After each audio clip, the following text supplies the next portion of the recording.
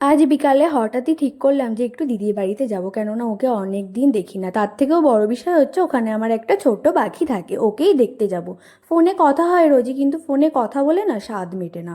তাই ভাবলাম যে আজকে যেতেই হবে। এই যে বেরিয়ে পড়েছি। তো হ্যালো সবাইকে, আশা করছি তোমরা সবাই অনেক অনেক অনেক ভালো আছো, আমিও অনেক ভালো রয়েছি।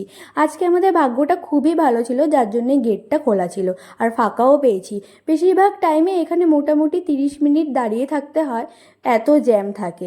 এই যে ওর জন্য একটা চকলেট কিনে দিলাম। যখনই যাই ওর সঙ্গে দেখা করতে আমি কিছু না কিছু নিয়ে যাই। না নিয়ে গেলে কেন জানি না মুখটা কেমন করে রাখে, হয়তো অভিমান করে। মুখে তো বলতে পারে না, খুবই ছোট, যতটুকু পটর পটর করে কথা বলতে পারে ওইটুকুই বলে।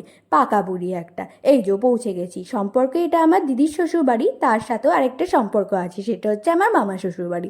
এখানে কিন্তু আমার দুটো সম্পর্কই আছে। চলো এবার গিয়ে দেখি দুটোই মিলে কি করছে। যদিও আমি যখনই আসি তখনই বাইকের আওয়াজটা শুনলেই আমার গুঞ্জু পাখিটা ঠিক বাইরে এসে দেখে নেয় যে তার মিমি এসেছে। ওই দেখো, দেখেছো কে একটা চলে গেল না? নিশ্চয়ই এটা আমার গুঞ্জু পাখিই হবে, ও ছাড়া আর কে হবে? আমার দিদি নিজেকে সুন্দর দেখানো নিয়েই ব্যস্ত। উফ, কি আর করব। যদিও এমনি খুবই সুন্দর, খুবই মিষ্টি, কিন্তু তুই আর কত সুন্দর হবি, তুই তো এমনিই সুন্দর। এটা কে? এটা কে? আমার জান পাখিটা কই? মা আলতা পড়েছে।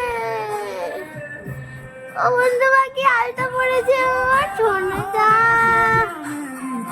এখানে আমার নেল পলিশ রয়েছে না? আমার নেল পলিশ রয়েছে না এখানে? না, বিবিটা পাই। আমারগুলো কই? হ্যাঁ, আমারগুলো কই? বাড়ি থেকে নিয়ে এসেছিস? দিদি বললো, বোন একটা সেলফি তুলতো। সেলফিটা আর তুলতে পারলাম কই, মেয়েটা চুলটা খুলে দিল, ও আর সেলফিটাই তুললো না। এই যে এখন দেখো নেল পলিশ পড়ছে, তাই ঢং দেখাচ্ছে। হয়েছে তোর মতো সাজুনি একদম।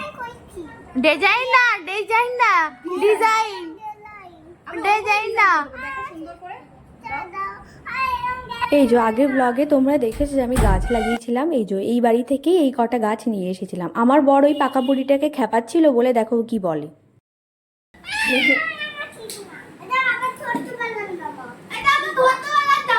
দাদা গুঞ্জুর জন্মদিনের জন্য গিফট পাঠিয়েছে, যদিও ওর জন্মদিন এখনো দেরি রয়েছে, সেটা এখন আনপ্যাক হচ্ছে।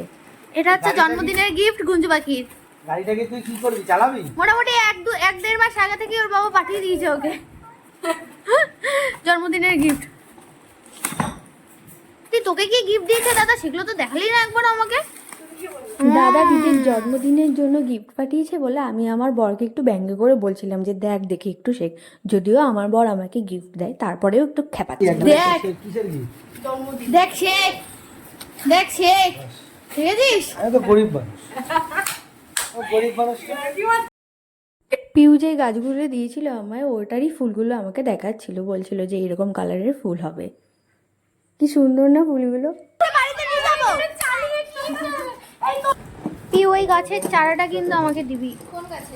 এই গাছের চারা। ওই গাছটা উঠলে তারপরে স্টিয়ারিংটা কই, স্টিয়ারিং?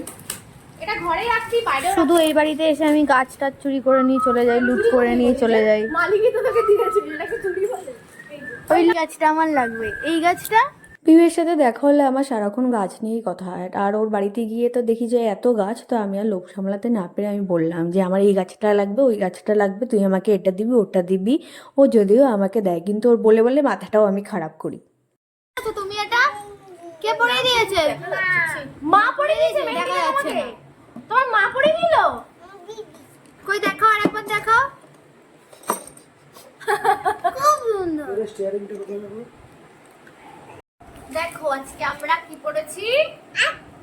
আলতা। কেন পড়েছি? কোনো কারণ নেই, এমনি পড়েছি আমরা। দেখো ওদের লক্ষ্মী ঠাকুরের মতো পা। যদি এই ভিডিওটি তোমাদের ভালো লেগে থাকে তো লাইক, শেয়ার এবং সাবস্ক্রাইব করে দিও আমার চ্যানেলটিকে, এবং পেজটিকে ফলো করে দিও। দেখা হচ্ছে আবার অন্য কোনো ব্লগে। তো এখনের জন্য টাটা।